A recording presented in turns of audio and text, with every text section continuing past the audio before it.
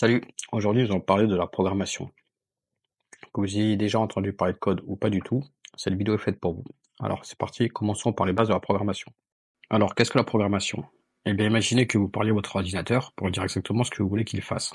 C'est ça la programmation. À l'aide de différents langages de programmation, vous pouvez créer des sites web, des applications, des jeux et bien plus encore.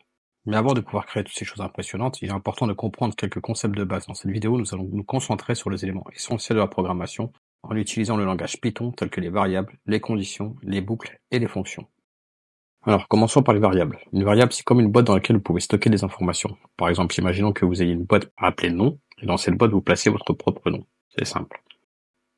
En programmation, on utilise des variables pour stocker toutes sortes d'informations, comme des chiffres, des mots ou même des objets plus complexes. Prenons un exemple avec un langage populaire Python. Dans cet exemple, nous avons créé une variable nom, qui stocke le texte Nico. Ensuite, nous utilisons la fonction print de Python pour afficher cette variable à l'écran. Passons maintenant aux conditions. Les conditions nous permettent de faire des choix en programmation. Elles ressemblent beaucoup aux décisions que vous prenez dans la vie quotidienne. Par exemple, si vous avez faim, vous décidez de manger. Sinon, vous continuez ce que vous faites. En code, cela se traduit par une condition. Si, alors. Voyons un exemple en Python. Dans cet exemple, nous vérifions si la variable âge est supérieure ou égale à 18. Si c'est vrai, le programme affiche vous êtes majeur, sinon il affiche vous êtes mineur. Ensuite, parlons des boucles. Les boucles sont utilisées pour répéter des actions plusieurs fois. Elles sont très utiles quand on veut automatiser les tâches répétitives. Par exemple, si vous voulez afficher les nombres de 1 à 5, vous pouvez utiliser une boucle. Exemple, en Python avec la boucle for. Il répète l'action d'afficher un nombre en commençant par 1 et en s'arrêtant à 5.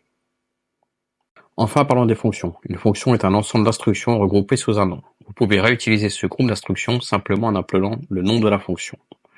Par exemple, voici une fonction qui ajoute deux nombres. Ici, nous avons créé une fonction appelée addition qui prend deux arguments, les additionne et renvoie le résultat. Ensuite, nous appelons cette fonction avec les nombres 3 et 5, ce qui nous donne le résultat de 8. Voilà, vous avez maintenant une idée de base de ce qu'est la programmation. Nous avons couvert les variables, les conditions, les boucles et les fonctions. Ces concepts sont les fondations sur lesquelles vous allez construire vos futures compétences en développement. Si vous avez trouvé cette vidéo utile, n'oubliez pas de laisser un like, de vous abonner à la chaîne et d'activer la cloche.